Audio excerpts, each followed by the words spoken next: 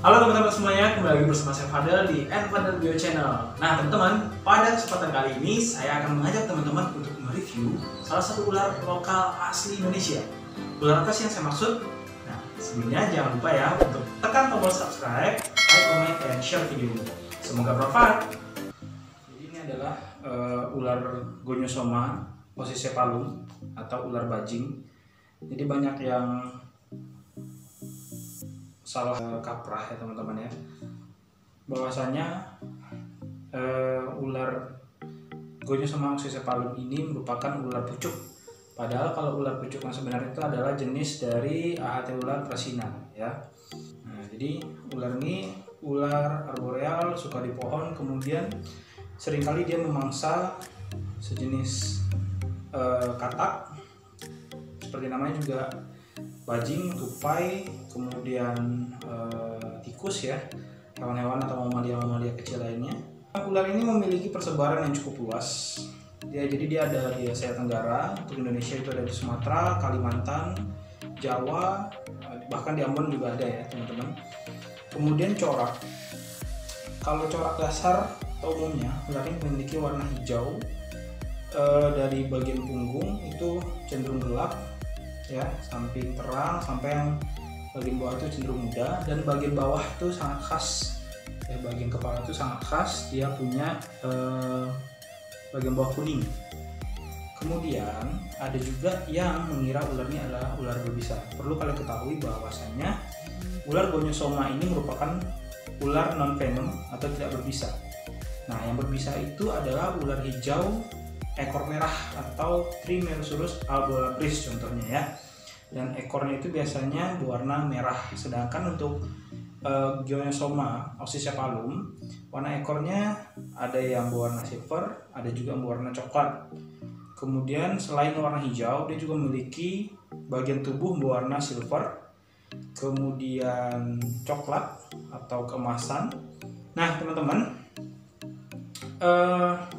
jadi ular ini meskipun tidak berbisa, dia memiliki agresivitas yang sangat tinggi, kemudian memiliki taring ya, bukan taring bisa, tapi taring Anglipa yang sangat tajam, kemudian ya sangat ampuh untuk melumpuhkan mangsanya ya. Jadi dia selain dengan taring, dia juga karena tubuhnya yang cukup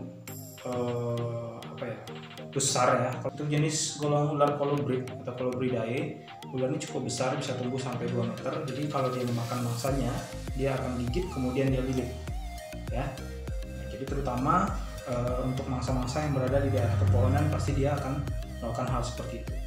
Jadi dia gigit kemudian dia lilit. Nah ada lagi ciri khas dari Gonyosoma oxycephalum atau ular bajing ini adalah ketika dia melakukan pertahanan diri, dia cenderung menipihkan ya ke samping ya, dia pipihkan bagian lehernya itu ke samping.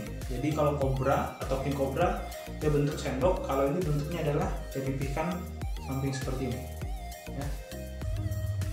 Oke, dia coba defense ya dari saya. Oke, yuk.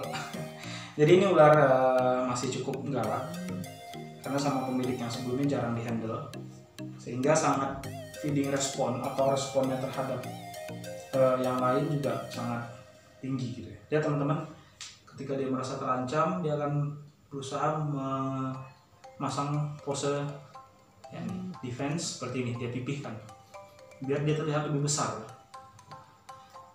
Oke, kemudian dia akan siap melontarkan serangan dari posisi tubuh yang seperti itu. Untuk minum atau untuk berburu mangsa yang mungkin tidak bisa ditemui di pohon, dia tidak akan segan-segan untuk turun ke tanah. Jadi jangan kira ular ini hanya stay di pohon di ranting seperti ini saja, tapi dia juga bisa turun di tanah atau terestrial ya. Berkembang biak dengan cara bertelur atau ovipar. Jadi jumlah telurnya cukup banyak ya, bisa 5 sampai 12 butir satu musim. Ular ini sudah cukup banyak dibreeding oleh para reptiler ya, karena memang dari colibrid lokal atau Colubridae lokal, ular ini sangat atau cukup digemari ya. Sebenarnya perlu teman-teman ketahui bahwasanya adalah ketika teman-teman ya responnya sangat luar biasa. Jadi ketika teman-teman ketika teman-teman bertemu ular ini di alam, sebenarnya teman-teman tidak perlu khawatir karena ular ini meskipun responnya sangat tinggi, ya, atau dia ya sangat jago dalam menyerang, tapi ketika bertemu dengan manusia tentunya ular ini seperti kebanyakan ular lainnya akan lebih memilih untuk melarikan diri, teman-teman.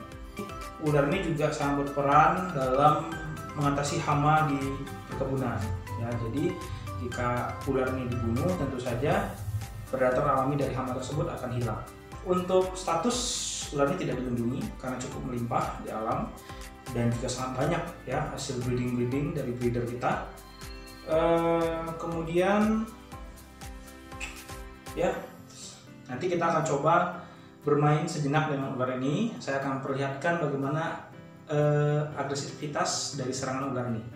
Kemudian 2 hari yang lalu juga kebetulan saya sempat kena gigitan dari ular ini karena kurang hati-hati waktu membersihkan kandang. Nanti saya lihatin seperti apa hasil gigitannya juga, ya teman-teman ya. Oke, silakan kita coba tes yang satu ini. Kalau kobra dia atau king cobra dia akan mencoba untuk ya membentuk semacam tudung, ya, atau seperti sendok. Dia mencoba untuk mengejar tangan saya.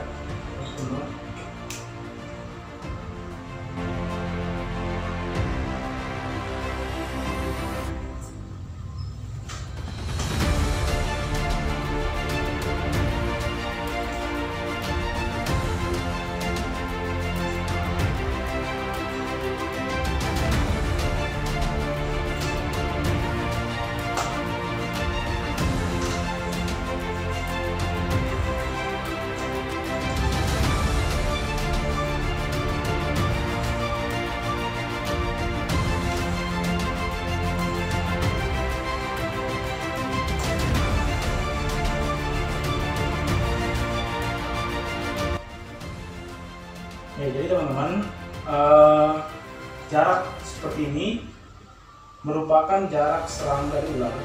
Jadi kalau saya dekat sedikit lagi, ini pasti gigitan ularnya sampai. Jadi sekitar hampir 1 meter. Untuk ular ukuran 2 meter ini cukup mudah bagi ular untuk melontarkan badannya.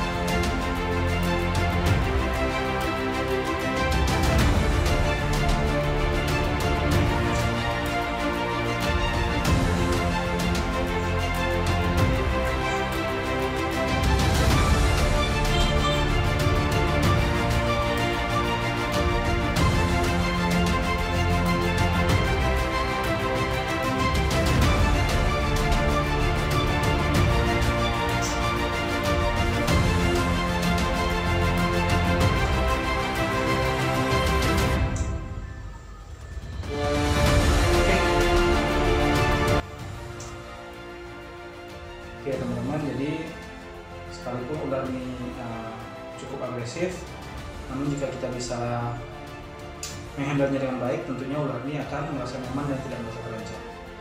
Jadi teman-teman, sekian dulu yang bisa saya review kali ini dari ular bulu somok sisir alun. Jadi ya ular ini juga cukup recommended untuk dipelihara.